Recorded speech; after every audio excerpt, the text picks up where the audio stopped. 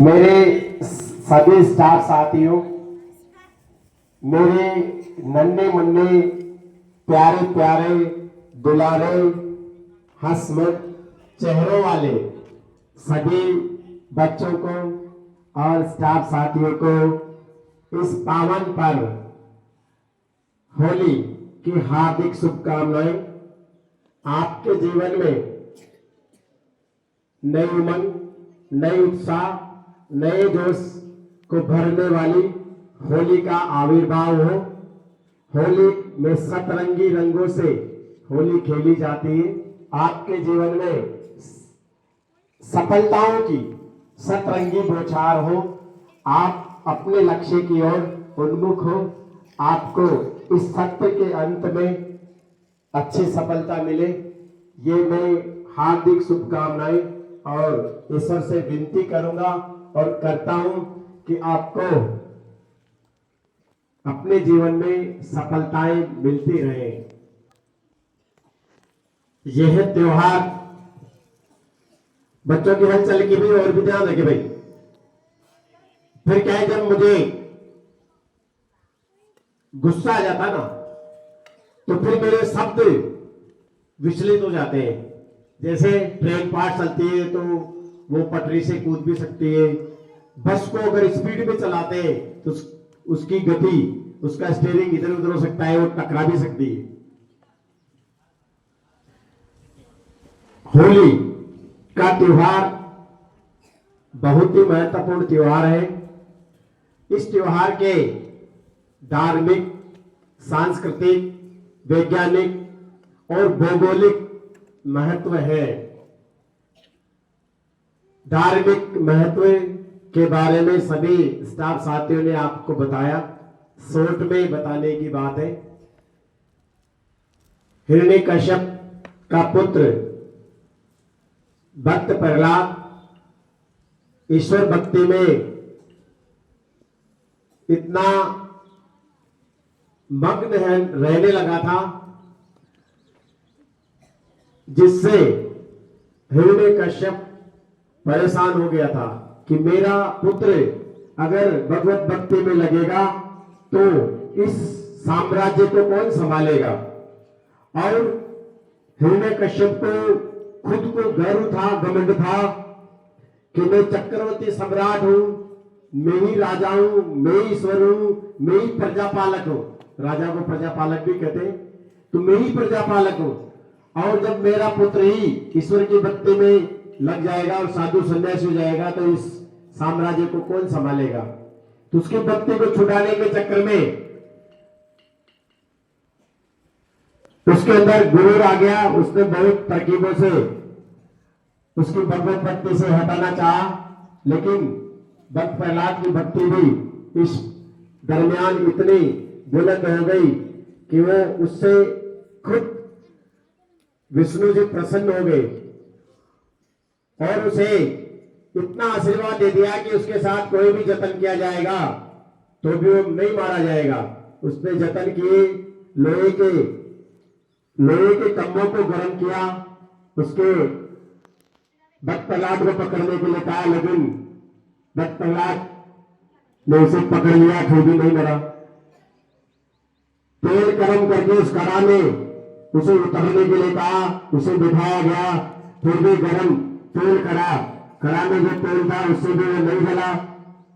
उसे महलों से गिराया गया, ऊंची चट्टानों से गिराया गया, फिर भी नहीं जला। अंत में परेशान हो गया। और इसके बीच एक बात है कि जब बाल का भाई या बाप का बेटा भी अगर किसी क्षेत्र में आगे बढ़ जाता है तो जलन पैदा हो जाती है, ईर्ष्या की भावना पैदा हो जाती है। और हिरण्यकश्यप को अपने ही पुत्र से ईर्ष्या हो गई और ईर्ष्या के बस जो उसे मारने में उतार हो गया।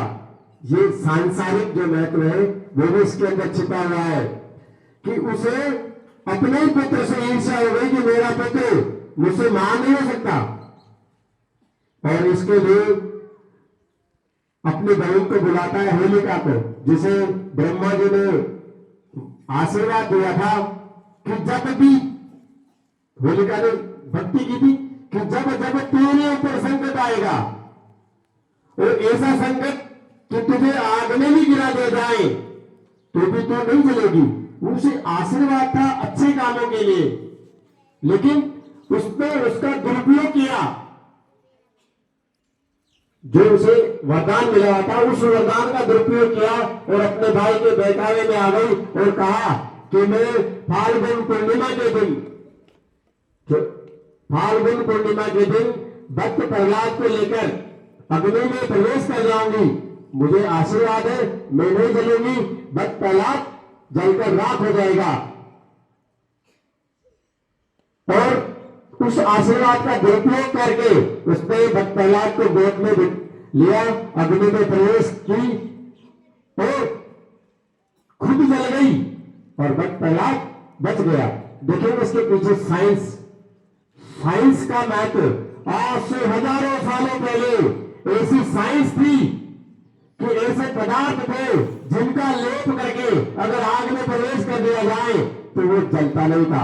जैसे अभी अग्नि बचाव दल जो है वो ऐसा सूट पहनते हैं और आग में कूद जाते हैं, जहां आग लगती है वहां कूद जाते हैं और लोगों को बचाकर ले आते हैं।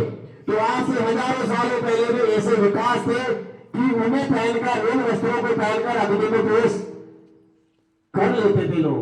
लेकिन बिना प्रयोग को जाने या प्रयोग का दुरुपयोग करके अगर प्रवेश किया जाएगा तो जल के राख होगा ही सही। तो जो सिद्धांत थे उनका दुरुपयोग किसने किया? होलिका ने, और वो जल गई। तो ऐसे ही प्रयोग आपको सर मैडम सिखाते हैं साइंस में, उनको सही सीखे आप। अगर उन्हें गलत सीखेंगे तो आप परीक्षा में फेल होंगे। और पास कौन होगा? जिसने अच्छे तरीके से सीखा है, भक्त प्रहलाद की तरह वो सफल हो जाएगा। इसका धार्मिक महत्व बताया गया है कि जो अच्छाई करता है उसका ईश्वर साथ देता है। जो अच्छे कार्य करता है, अच्छे कर्म करता है, उसका ईश्वर साथ देता है। और जो बुरे कर्मों का साथ देता है या बुरे कर्म करता है उसका ईश्वर साथ छोड़ देता है। जो बुरे कर्म करता है या बुराई में साथ देता है तो उसका साथ ईश्वर छोड़ देता है। ऐसे ही आप तो बुरे नहीं है,